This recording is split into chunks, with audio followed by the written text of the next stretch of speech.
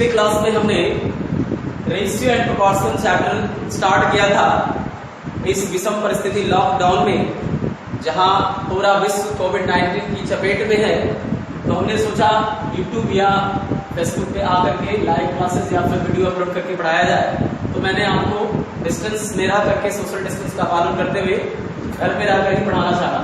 और मैंने पिछले क्लास में वीडियो दिया था आपको रेशियो एंड प्रोपोर्शन चैप्टर का, जिसमें हमने रेशियो और उसके टाइप्स के बारे में बताया था।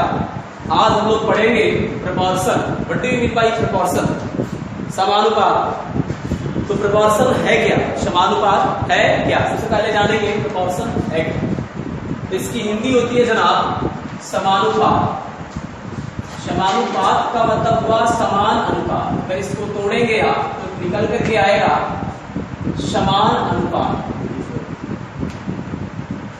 अनुपात यानी कि कहीं ना कहीं अनुपात को समान होने की बात कर रहा है, यानी कि इक्वल रेशियो की बात कर रहा है। तो ये इक्वल रेशियो का मतलब कहीं ना कहीं दो रेशियो का होना अनिवार्य है। 2 रेशियो, 3 रेशियो, 4 रेशियो होना चाहिए।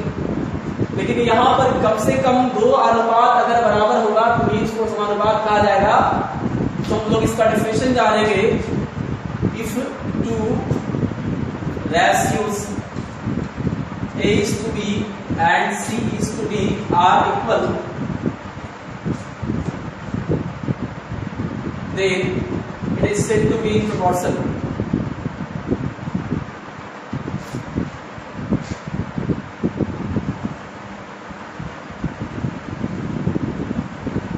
इसका हिंदी मीनिंग हुआ बच्चों, इफ 2 ratios, यदि 2 अनुपात, कौन कौन? A अनुपात B और C अनुपात D आर इक्वल, यानी 2 अनुपात A और B और C और D, ये 2 रेशियो A अनुपात B और C अनुपात D क्या हो? इक्वल हो। यानी 2 अनुपात अगर बराबर हो तो इसी को कहा जाएगा समानुपात। यानी 2 अनुपात की बराबरी को समानुपात कहा जाता है। दैट इज निकल करके आएगा कि यहां से बोला गया कि A is to B बराबर C is to D। इसी को हमने इस बराबर को हटाया तो निकल करके आया प्रोपोर्शन। इसको पढ़ेंगे रीड एज प्रोपोर्शन।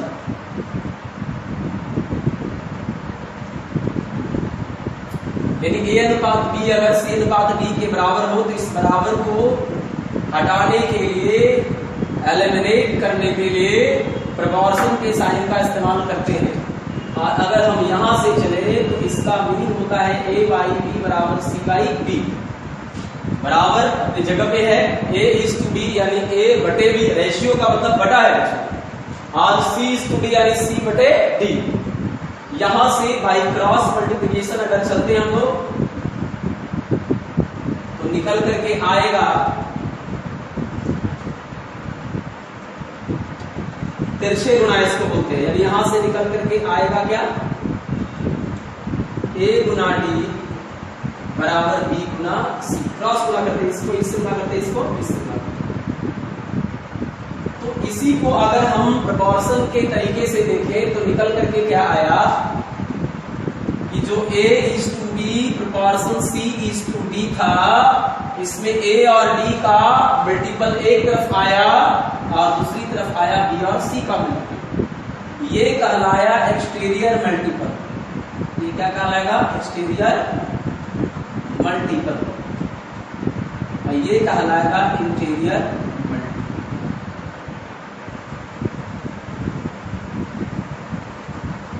यानी यहां से जो रिजल्ट आया A गुना D जो कि देखिए बाहरी पद है, और B गुना C जो कि देखिए आंतरिक पद है, भीतरी पद है। यानी कि यहां से हम कह सकते हैं कि एक्सटीरियर का जो मल्टीपल होगा इंटीरियर मल्टीपल के क्या होगा? बराबर। यानी इसी से रिजल्ट क्या आया? A गुना D बराबर B गुना C। This is the definition of proportion. यही क्या है? प्रोपोर्शन की डेफिनेशन है। यानी अगर समान अनुपात की बात की जाए तो क्या कहा जाएगा कि यदि 2 अनुपात A अनुपात B और C अनुपात D बराबर हो तो 2 अनुपात की बराबरी को समानुपात कहा जाता है। इसमें हुआ क्या कि जब A अनुपात B बराबर C अनुपात D हुआ, यानी A अनुपात B का और C अनुपात D का रेशियो बराबर हो, तो इसे समानुपात इस तरीके से लिखा जाएगा और इससे रिजल्ट क्या आया, एक्सटीरियर मल्टीपल बराबर इंटीरियर मल्टीपल। तो अब हम लोग देखेंगे प्रोपोर्शन की डिफिनेशन के बाद टाइप्स ऑफ प्रोपोर्शन, समानुपात के प्रकार। उम्मीद है कि प्रोपोर्शन के बारे में आप बहुत अच्छे से समझ पा रहे हैं। जैसे अगर फॉर एग्जांपल ले लें,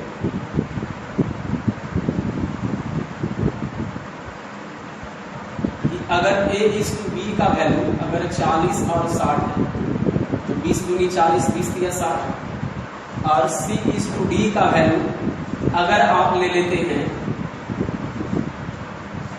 60 और 9, तो यहां भी कह सकते हैं 30 दूनी 60 और 30 दिया 90।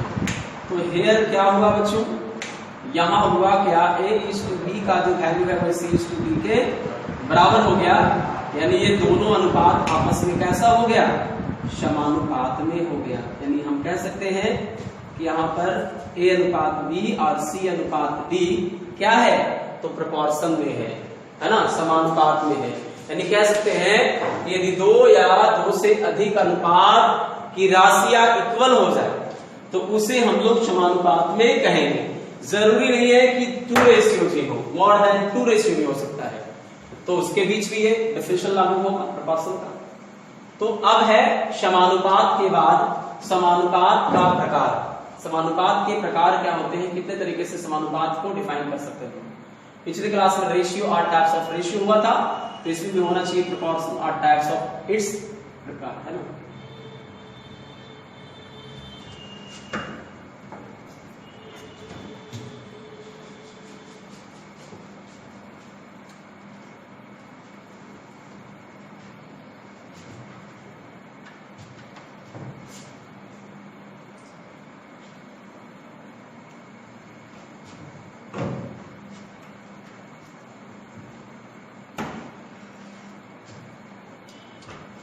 अब है टाइप्स ऑफ प्रोपोर्शन।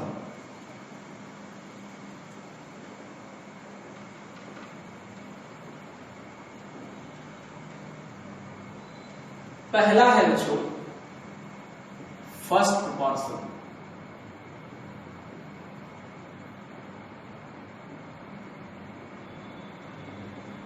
प्रथमानुपाती।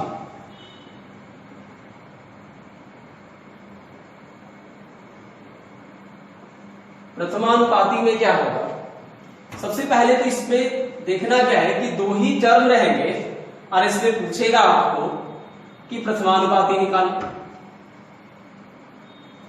a तथा b का फर्स्ट प्रोपोर्शन क्या होगा। तो अगर फर्स्ट प्रोपोर्शन पूछता है तो पहला का स्क्वायर बटे दूसरा। देख लीजिए कैसे होगा भाई, आपने अभी पढ़ा कि भाई अगर जहां पे प्रोपोर्शन की बात आ गई वहां पे दो रेशियो कम से कम होगा, और अगर दो रेशियो कम से कम होगा तो एक रेशियो के लिए दो टर्म का होना अनिवार्य है। तो 4 टर्म यहां पे हो जाएगा क्योंकि दो रेशियो हो गया। अब मेरे पास पद दो ही दे रखे हैं और पूछा इसमें है फर्स्ट प्रोपोर्शन, तो फर्स्ट का स्थान तो हो गया ब्लैंक। अब जरा सोचा जाए कि 2 टर्म से 3 स्थान को भरना है, तो किया क्या जाएगा बच्चों कि a को रिपीट कर देंगे, हम लोग a को रिपीट कर देंगे और लास्ट में क्या लिख देंगे, b लिख देंगे। क्योंकि अगर हम यहां पे a के बाद जस्ट b लिखते हैं तो a भी खाली हो जाएगा। इसका मतलब हुआ कि आप जब प्रथमानुपाती निकालना हो तो पहले वाले टर्म को रिपीट करेंगे, क्योंकि आप बताइए कि अगर a को हम रिपीट किए तो b तो लास्ट में चला गया, अगर a के बाद b तो b को तो रिपीट कर नहीं सकते क्योंकि b तो लास्ट है। तो यहां से आप इसको डिफाइन करेंगे तो आपने पढ़ा EM बराबर IM, यानी एक्सटीरियर मल्टीपल बराबर इंटीरियर मल्टीपल आपने पढ़ा है। तो यहां से लिखेंगे वाट इंटू बी बराबर a का स्क्वायर, सो वाट बराबर a स्क्वायर अपॉन b। यहां वाट क्या बताएगा, फर्स्ट प्रोपोर्शन को बताएगा, यानी फर्स्ट प्रोपोर्शन यानी पहला का स्क्वायर बटे दूसरा। इस तरीके से याद रखें। अगर मान लीजिए दे दिया फॉर एग्जांपल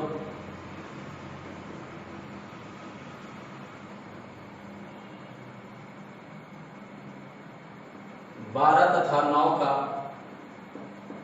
फर्स्ट प्रोपोर्शन ज्ञात करें। 12 तथा 9 का फर्स्ट प्रोपोर्शन ज्ञात करें। तो होगा क्या बच्चों, 12 जो है वो A का वैल्यू है और ये B का वैल्यू है। तो फर्स्ट प्रोपोर्शन पहला का स्क्वायर बटे दूसरा, यानी 12 का स्क्वायर यानी 12 into 12 अपॉन 9। तो हो जाएगा 3 या 9, 3 चौके 12 और 3 चौके 12, 4 चौके आंसर कितना हो जाएगा बच्चों 16। ये न्यूमेरिकल वैल्यू से दिया, हो सकता है अलजेब्रिक भी दे, अलजेब्रिक भी दे सकता है। x माइनस वाई तथा x square minus y square का फर्स्ट प्रोपोर्शन ज्ञात करें। तो फिर से हम लोग देखेंगे, ये a का वैल्यू है और ये b का वैल्यू है। a स्क्वायर अपॉन b होता है बच्चों, सो x माइनस वाई का होल स्क्वायर हो जाएगा अपॉन b का वैल्यू जो का त्यों हो जाएगा। फॉर्मूला ऊपर में स्क्वायर है तो 2 टाइम लिखा जाएगा और नीचे तो एक बार प्लस होगा एक बार माइनस होगा।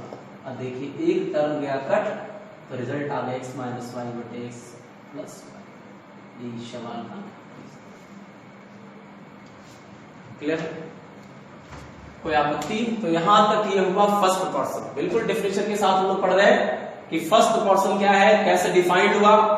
तो ये रहा डेफिनेशन जो हमने इसको प्रूफ किया, डिफाइंड किया कि अगर दो टर्म के बीच का फर्स्ट प्रोपोर्शन पूछता है तो पहला का स्क्वायर बटे दूसरा होता है। बिकॉज क्यों होता है, इसका रीजन यहाँ है कि पहला पूछ रहा है तो फर्स्ट ब्लैंक कर दिए, और 2 ही टर्म है, 2 स्थान को फिल करना है 3 स्थान को, तो उस केस में पहला को रिपीट करेंगे क्योंकि बी लास्ट में रहेगा, वरना बी को यहां लिख देंगे तो बी को रिपीट नहीं हो पाएगा। आगे होगा सेकंड प्रोपोर्शन, जिसको हम लोग मिडिल प्रोपोर्शन बोलते हैं। हालांकि उसको मिडिल प्रोपोर्शन बोलते हैं, सेकंड नहीं बोलते, बढ़ा दें इसको। तो देखिए अगला है सेकंड या मिडिल प्रोपोर्शन।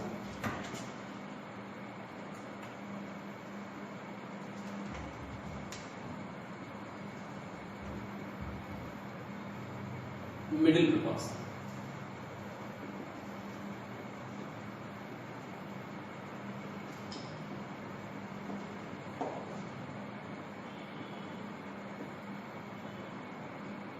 मध्यानुपाती। A तथा B का मिडिल प्रोपोर्शन होगा अंडर रूट AB, A गुना B। क्यों होगा भाई, जरा देखिए। अगर कभी आपके पास 4 टर्म है, 1 2 3 4, इसके बीच अगर कॉन्ट्रडिक्शन हो जाए कि कौन मिडिल में है, तो 2 बोलेगा मैं मिडिल में हूं, 3 तुरंत क्लेम करेगा कि भाई तो मैं मिडिल में भी तो हूं। बिकॉज ये एक टर्म के बाद है तो ये भी एक टर्म के बाद ही है। मिडिल का मतलब होता है बीच में, तो बीच में तो 2 है 3 दोनों है, क्योंकि ये भी एक के बाद है वो भी एक के बाद है। हाँ, अगर 5 टर्म होते तो तीसरा टर्म मिडिल हो जाता, लेकिन उस केस में यहां पर 4 ही टर्म है तो 2 भी मिडिल होने का दावा उतना ही करेगा जितना दावा 3 का है। इस केस में यहां पर मिडिल होने का दावा 2 पोजीशन का है, सेकंड पोजीशन का, थर्ड पोजीशन का। सो हम लिख पाएंगे first, second, proportion third and fourth. तो बच्चों आप स्पष्ट समझ रहे होंगे कि 2 ही टर्म है, मिडिल प्रोपोर्शन निकालना है, तो ये तो पहला स्थान हो गया, ये दूसरा स्थान। और जो पूछ रहा है वो दोनों दावा कर रहा है कि मैं भी मिडिल में हूं और तुम भी मिडिल में हो, यानी जितना दावा ये कर रहा है उतना दावा वो कर रहा है। अगर उस मिडिल प्रोपोर्शन की वैल्यू को हम x मान लें, लेट x, A तथा B का मिडिल प्रोपोर्शन को हम x मान लें, तो फिर से रूल हम लोग का होगा एक्सटीरियर मल्टीपल इंटीरियर मल्टीपल। तो x का स्क्वायर बराबर A गुना B, सो x बराबर under root AB। Here x is the middle proportion MP of A and B। A and B। तो अब देखिए इसी क्वेश्चन में अगर दे दे कि निकालिए बच्चों मिडिल प्रोपोर्शन क्या होगा, तो 16 12 तथा 9 का भी निकल सकता है। अभी 12 तथा 9 का मिडिल प्रोपोर्शन निकल सकता है, तो रूट में भी निकलेगा, कोई दिक्कत नहीं है।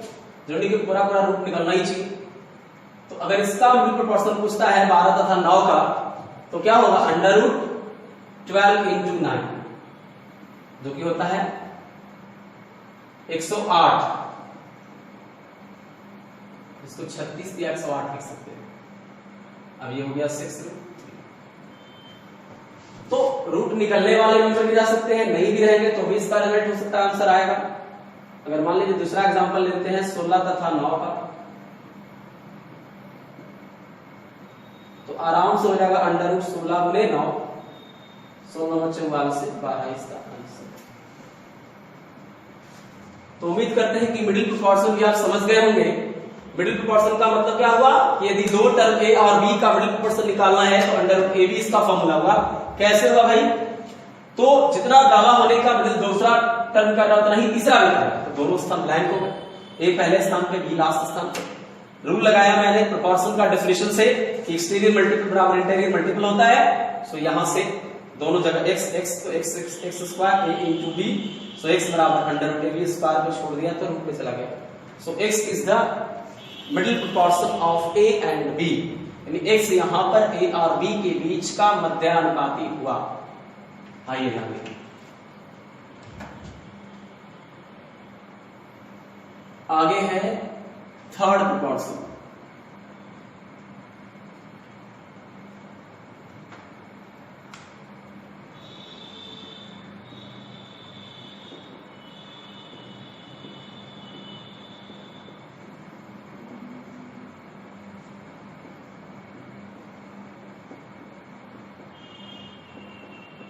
तृतीय अनुपात a तथा b का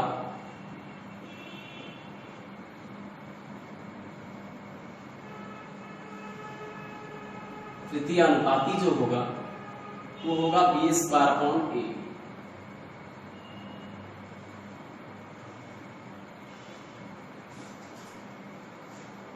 क्यों, कैसे हुआ भाई? फर्स्ट प्रोपोर्शन में पहले के स्थान को रिपीट किया गया था, तो थर्ड प्रोपोर्शन में दूसरे को रिपीट किया गया। हमारे पास पोजीशन 4 होते हैं,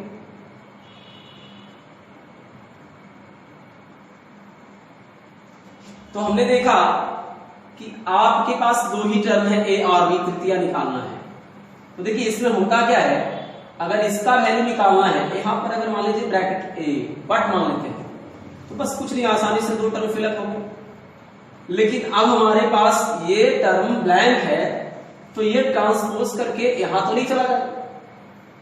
इसीलिए जो थर्ड प्रोपोर्शन निकालना होता है, तो उस केस में थर्ड अपने स्थान को छोड़ करके और चौथे पे चला जाता है, निकलता वैल्यू यही है, लेकिन ये ब्लैंक हो जाएगा और तब यहां से बी को हम रिपीट कर सकते हैं, वरना हम बी को रिपीट नहीं कर सकते, क्योंकि यहां पर अगर बिना भरे तो आगे जा नहीं सकता, विदाउट फिल किए हुए, है ना।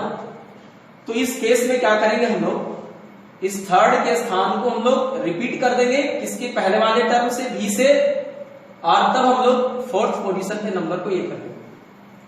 और अगर किसी को डाउट हो रहा कि चतुर्थानुपाती क्या होगा, तो चतुर्थानुपाती में 3 टर्म देगा बच्चों, चतुर्थानुपाती में 3 टर्म देगा। उस केस में आपको 3 टर्म फिलअप हो गया, चौथा तो वैसे ही ब्लैंक हो। लेकिन 2 टर्म से 3 ही सवाल आते हैं, फर्स्ट, सेकंड एंड थर्ड। इसमें फर्स्ट हुआ पहला का स्क्वायर बटे दूसरा, सेकंड हुआ दोनों के रूट से निकलने वाला, प्रोडक्ट के रूट से, और थर्ड हुआ दूसरा का स्क्वायर बटे पहला। आया कैसे, आप समझ रहे होंगे। अगर a गुना वट किया जाए तो बी स्क्वायर होगा, सो वट बराबर बी स्क्वायर अपॉन ए। यही जो वट का वैल्यू आया, यही थर्ड प्रोपोर्शन का वैल्यू आ गया। तो थर्ड प्रोपोर्शन हो गया दूसरा का स्क्वायर बटे पहला, है ना। क्वेश्चन देखिए इस पर,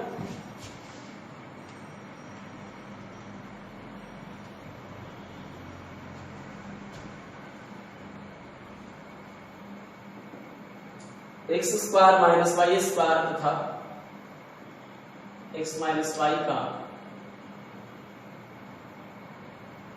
थर्ड प्रोपोर्शन निकालें। तो करेंगे क्या, ये a का वैल्यू, ये b का वैल्यू होता क्या है, B square upon A, x minus y का whole square upon x square minus y square. x plus की y और x सॉरी टाइम यही हो जाएगा, नीचे वाले में ये चीज होगा, एक बार प्लस में एक बार फिर से ये कट जाएगा और आंसर हो जाएगा x माइनस y। किसी भी तरीके से पूछ सकता है।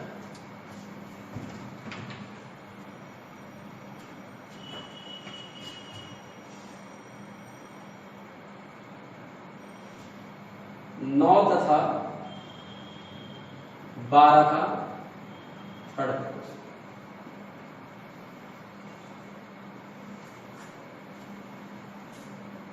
तो 12 स्क्वायर अपॉन 9 144/9 बी का स्क्वायर होगा और बटा ए होगा 16 में 44 से आंसर हो गया 16। तो इस तरीके से ये हुआ थर्ड प्रोपोर्शन। देखिए ये कटने वाला या कोई भी हम ले रहे हैं, आपके एग्जामिनेशन में कुछ भी पूछेगा तो आप अगर डेफिनेशन को बेहतरीन तरीके से याद कर रखे होंगे तो उम्मीद है दिक्कत कभी नहीं होगा। तो मेरा मुख्य उद्देश्य एग्जाम्पल ले करके आपको सिखलाने से ज्यादा बेहतर है पूरा डेफिनेशन प्रूफ करना, बताना कैसे आया है और वो आपको याद हो। मेरा मुख्य उद्देश्य मेन प्रिंसिपल ये है, ये नहीं कि छोटा एग्जाम्पल लिया क्या लिया, कुछ भी क्वेश्चन पूछेगा आप अगर डेफिनेशन क्लियर रखेंगे, याद रखेंगे तो याद हो ही जाएगा। अब है थर्ड प्रोपोर्शन के बाद फोर्थ प्रोपोर्शन, चतुर्था अनुपाती।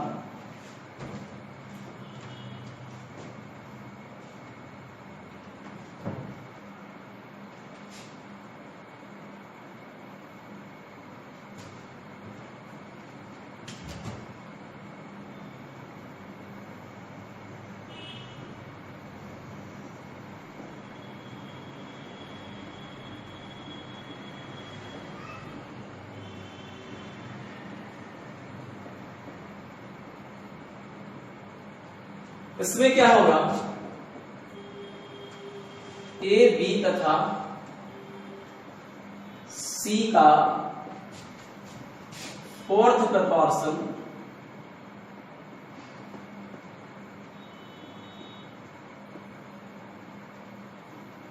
यदि x हो तो x is equal to B C by A. कैसे होगा भाई,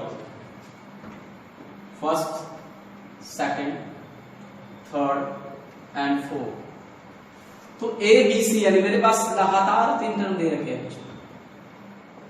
अच्छा था निकालना है x1 x2, exterior multiple interior multiple करेंगे। a गुना x बराबर b गुना c, x बराबर B C upon A. Here x is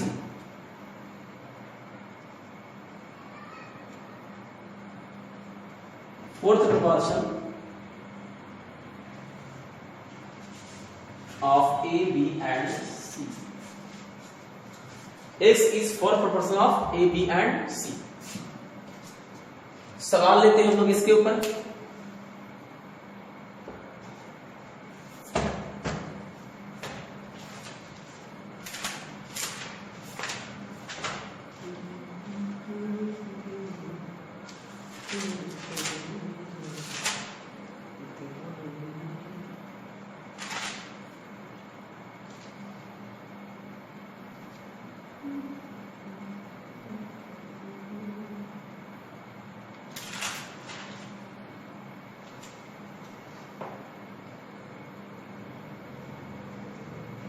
What is the fourth proportion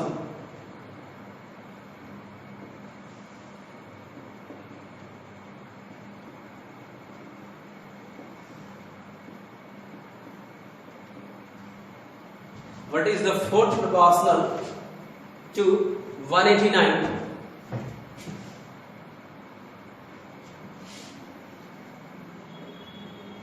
273 and 153?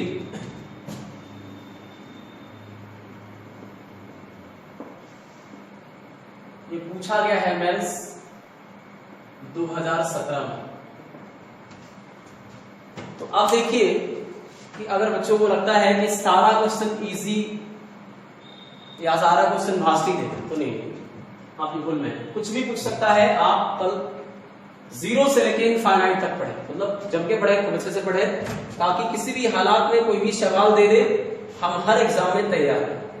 जैसे देखिए ना क्वेश्चन बहुत सारे प्रैक्टिस अगले सेशन में होगा, हम लोग तो बेसिक 2 क्लासेस में किए। पहला क्लास में किया हमने रेशियो एंड इट्स टाइप, दूसरे क्लास में किया मैंने प्रोपोर्शन एंड इट्स टाइप्स। अब हम लोग करने जा रहे हैं प्रैक्टिस का सेशन। तो पहले हम लोग जरा से इसको एंड कर लें। What is the fourth proportional to इतना इतना एंड इतना, 189 to 73 and 153। मैथ्स का क्वेश्चन है ये। अब बताइए जिस किसी को फॉर्मूला भी अगर याद है कि भाई ये ए है, ये बी है, ये सी है, मारी देनी है। और फोर्थ प्रोपोर्शनल अगर तो बी सी बाई ए, फट से आप वैल्यू लिखेंगे 273 into 153 और अपॉन कितना हो गया 189। अब रहा कि कटिंग पोजीशन, काटने का जो तरीका है वो होना चाहिए स्ट्रॉन्ग। जैसे कटेगा कैसे फिर 21 नमन अवसिया से, 21 से ये कट रहा है, 21 से कम 21, बाकी बचा 6, 21 तिया 63 और 17 नमन 53 से, तो 17 टाइम ये कट गया। 17 तिया 51 का एक हाथ में कितना बचा भाई 5, 17 एकम 17 और 5 22, 221। ये तो हो गया डेफिनेशन। अब अगर कोई बच्चा के पास इतना नॉलेज है कि प्रोपोर्शन होता है क्या, डेफिनेशन प्रोपोर्शन का अगर क्लियर रखता बच्चा तो कोई दिक्कत नहीं होता। तो इसको इरेज करते हैं क्योंकि फॉर प्रोपोर्शन का डेफिनेशन था। अब जरा कोई दूसरे तरीके से इसको बताने का हम प्रयास करते हैं। फॉर्मूला याद है तो नहीं लीजिएगा। तो फॉर प्रोपोर्शन में होता है कि भाई ए बी सी ये 3 टर्म है और चौथा टर्म को एक्स मान। प्रोपोर्शन का रियल मीनिंग क्या होता है भाई कि पहले वाले 2 टर्म का जो रेशियो होगा वही दोनों वाले टर्म का होगा, यानी बराबर आ जाएगा यहाँ पर रेशियो। तो जरा देखा था क्या था, पहला था 189 और दूसरा था 273, ठीक है। और a इज टू बी, जो इसका अनुपात का वैल्यू आएगा वही c इज टू x रहेगा। इसका मतलब यहां तक तो समझ पा रहे हो। और चूंकि c का वैल्यू है कितना 153, इसका निकालना। तो देखिए दोस्तों 21 से ये 9 मरते कटा और 21 से ये 21 से कम 21 हुआ, बाकी बचा 6, 21 तिया 63। 9 का ये 17 टाइम है, तो रेशियो इसी को तो सिखाता है कि ये भी कितना टाइम होगा। ये दोनों रेशियो से जो रिजल्ट आया तो इसी को हम लोग कंपेयरिंग बोलते हैं। रेशियो में होता है कंपेयरिंग। कंपेयरिंग का मतलब क्या होता है भाई, उसके अकॉर्डिंग वैल्यू को कंपेयर करना। जैसे अगर ये 189 और 273 का जो रेशियो है 9:13 आया, तो उसके अकॉर्डिंग इसका रियल वैल्यू सी के सामने 153 था, इसको तो फाइंड आउट करना है। तो सी 153 है कब, जब इसकी रेशियो 9 है, यानी 9 रेशियो रिप्रेजेंट कर रहा है 153 का, जो कि इसका 17 टाइम है। तो 13 रेशियो भी इसके अकॉर्डिंग रिप्रेजेंट करेगा 17 टाइम ही, 17 गुना ही।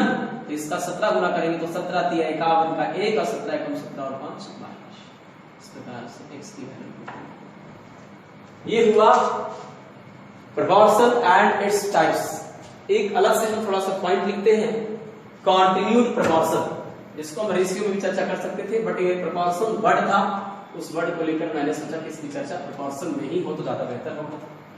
तो प्रोपोर्शन है क्या, अगर ए बी सी ये 3 ही टर्म कॉन्टिन्यूड प्रोपोर्शन में है ना।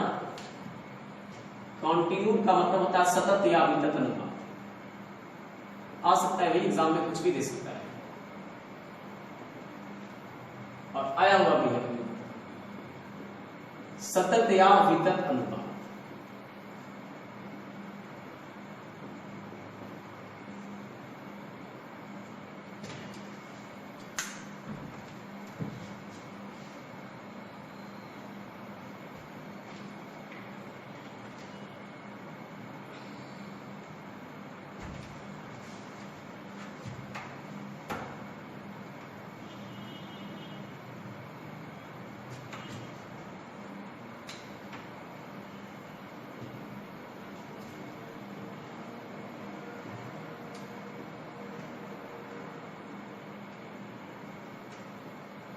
If A, B and C are said to be continued proportion,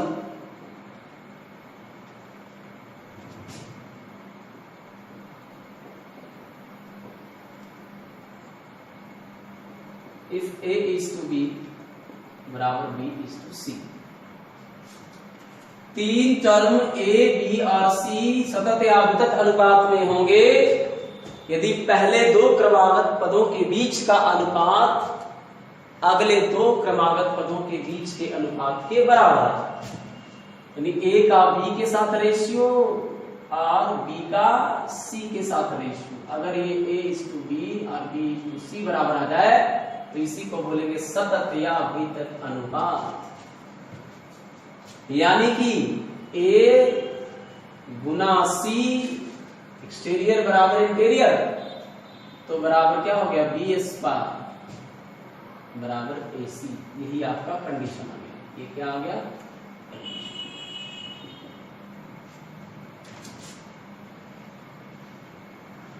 क्या है? तो हो सकता है कि 4 एग्जाम्पल दे दे और उसमें लिखे कौन वितत अनुपात में है ना, तो ऐसे केस में दे सकता है, या इसके ऊपर ही ABC के ऊपर अलजेब्रा में सवाल दे सकता है। तो यहां पर क्या हो गया, B बराबर √AC। तो आप यहां पे एक चीज और निकल करके सामने आया हियर कि अगर ABC सतत या वितत अनुपात में है, कॉन्टिन्यूट प्रोपोर्शन में है, तो इसका जो बीच वाला टर्म होगा B is the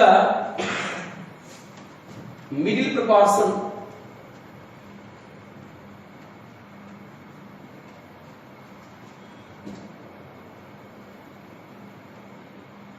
of A and C। इसका एक एग्जांपल हम ले लेते हैं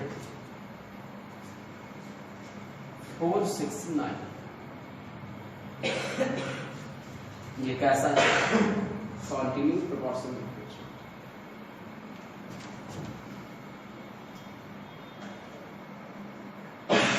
कैसे, तो आपने पढ़ा कि अगर कॉन्टिन्यूट प्रोपोर्शन में होगा तो ये इनको फॉलो करेगा, B बराबर √AC या B बराबर AC। तो चेक कर लीजिए आप, 4 9 36 जिसकी वर्गमूल 6, सो B = 6। तो ये था रेशियो एंड इट्स टाइप्स के बाद का दूसरा टॉपिक, यानी part 2 continued proportion and its types, जिसमें हम लोग पढ़े फर्स्ट प्रोपोर्शन, सेकंड प्रोपोर्शन, इसको मिडिल प्रोपोर्शन बोलते हैं, थर्ड प्रोपोर्शन और फोर्थ प्रोपोर्शन, और अंत में एक वर्ड पढ़े हम लोग, कौन सा, कंटिन्यूड प्रोपोर्शन। तो उम्मीद है कि यहां तक आप पूरे अच्छे से समझ पा रहे होंगे। इसी उम्मीद और उत्साह के साथ आप लगे रहिए। अगले क्लास में हम लोग रेशियो एंड प्रोपोर्शन का प्रैक्टिस करेंगे, और जो भी एग्जाम में आए हुए सवाल हैं, चाहे वो लेटेंट हो या प्रीवियस हो, सारे करेंगे और उसे कोशिश करेंगे हम फेसबुक पर लाइव आकर के उसको